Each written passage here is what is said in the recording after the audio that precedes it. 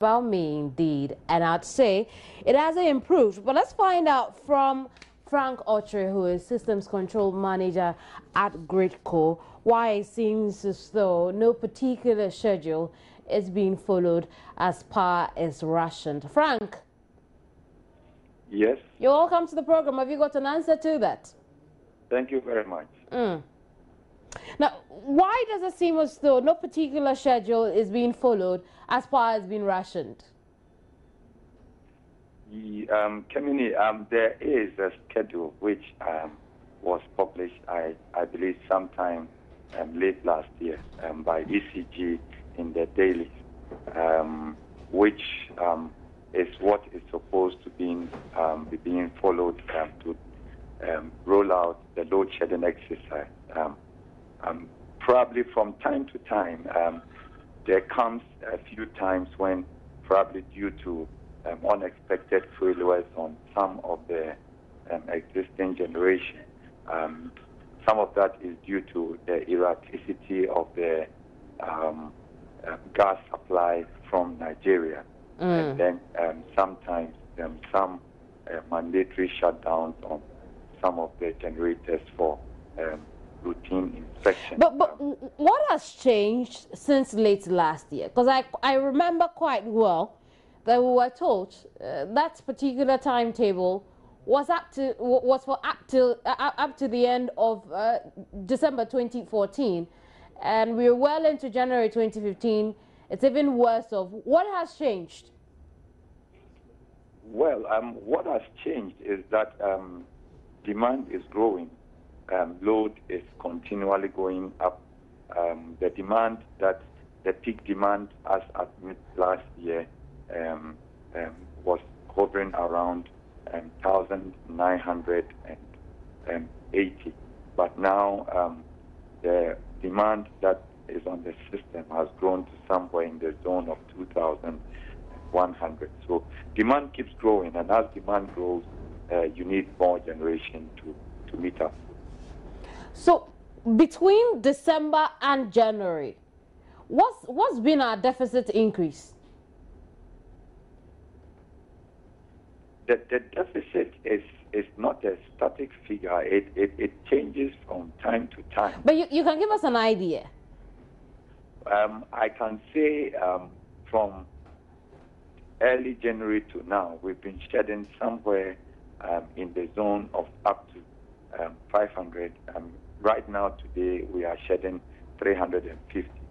So that is what we are shedding now. And hour by hour, you have to assess how much generating capacity you have. You have to assess what the expected demand is, and then you determine the deficit that you have to take on. It varies because, first of all, gas supply is not static. And so, depending on how much volumes of gas you are getting, especially from Nigeria, you have some limitation on the generators that run on gas. And sometimes we have to also take down some of the generators for mandatory inspection, and if some also go down on fault. And so that results in some variations that result in the revisions in the deficits from time to time. But Frank, if that is the explanation you're giving me, taking off machines for maintenance and some breaking down unexpectedly, then it means that this happens every day. Well, you wouldn't say every day, but especially the gas supply pressures are not static. Yes, I mean, it's not the same in the morning as when you go in the evening. It keeps changing depending on the volumes that are being pushed from Nigeria. And so that varies. But from time, generating plants and generating units are prone to various faults. These are high-speed turning machines. Every engineer will tell you every machine that has high-speed turning parts is prone to fault. Worldwide, that is what it is. I would say that the failure rate of our unit is normal. I see. Now, so this demand rate that has gone up, and perhaps the reason we are not able to see any relief in sight. But the people who demand, I want to believe that they pay for the power they enjoy. And so why does it become too difficult to replace what they have paid for? I don't know if I got your question clear. If you could come again. Okay, so demand increases. Power to your home is definitely paid for. You get some more money, you produce some more. You get paid for transmitting, don't you? So why should increasing demand be a problem? Well, increasing demand itself is not a problem. I mean, that is what we are here for. But it means there must be adequate generating resources to meet up to the demand that is on the system. If the total capacity that the generating plant in the nation can produce at any point in time do not meet up to the expected demand, then you have to manage the demand by rolling out some load shedding. Frank, are you getting enough from the power generator, the VRA, to distribute? Are you getting enough? Well, maybe let me say right now in Ghana, VRA is not the only generator. I agree, but you would admit that VRA is the biggest. Yeah, VRA is the biggest. Are you getting enough from the VRA? Because then we know that if we don't have gas, Asogli does not run. Are you getting enough from the VRA to be able to transmit for onwards distribution? Well, let me put it this way. Akosombo is the biggest plant in Ghana. Mm-hmm.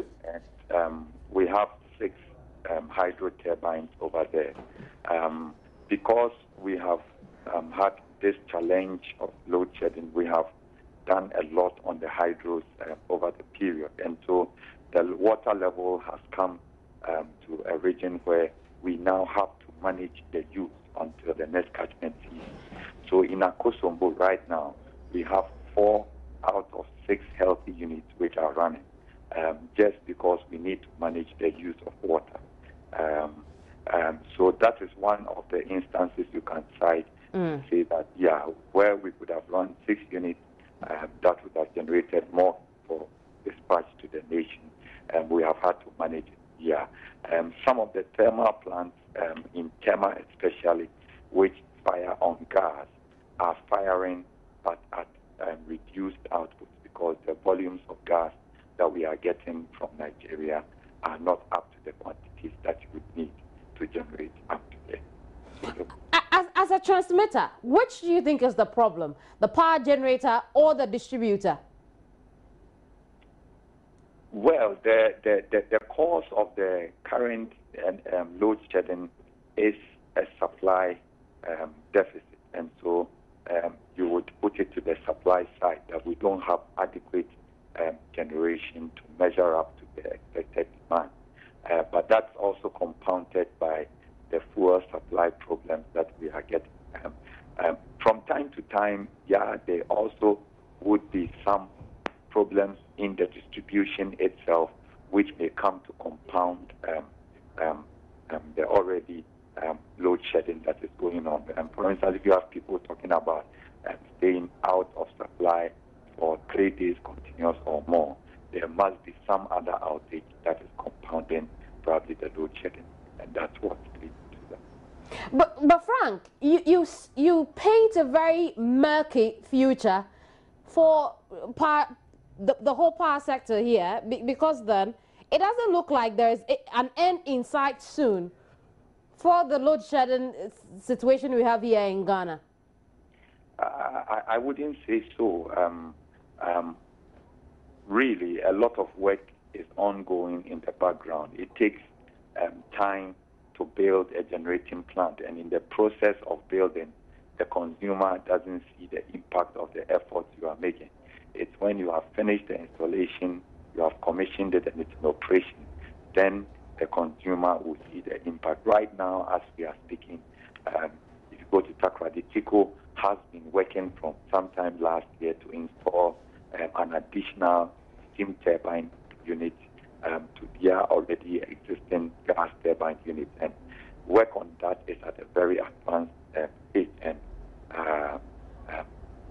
by the end of January, early February, we expect that unit to come online. That will be additional generation on the Ghana Power System. In addition to that, VRA has been working on the POM thermal power plant in Tema, somewhere in Committee 25. Would you consider those, the POM, the TICO, would you consider those long-term plans?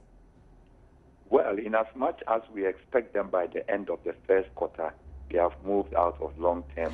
So until the end of the first quarter, we should expect the situation to We should expect the POM thermal plant to begin operations, and that will bring in additional... No, but until then, would have to endure this, the power rationing.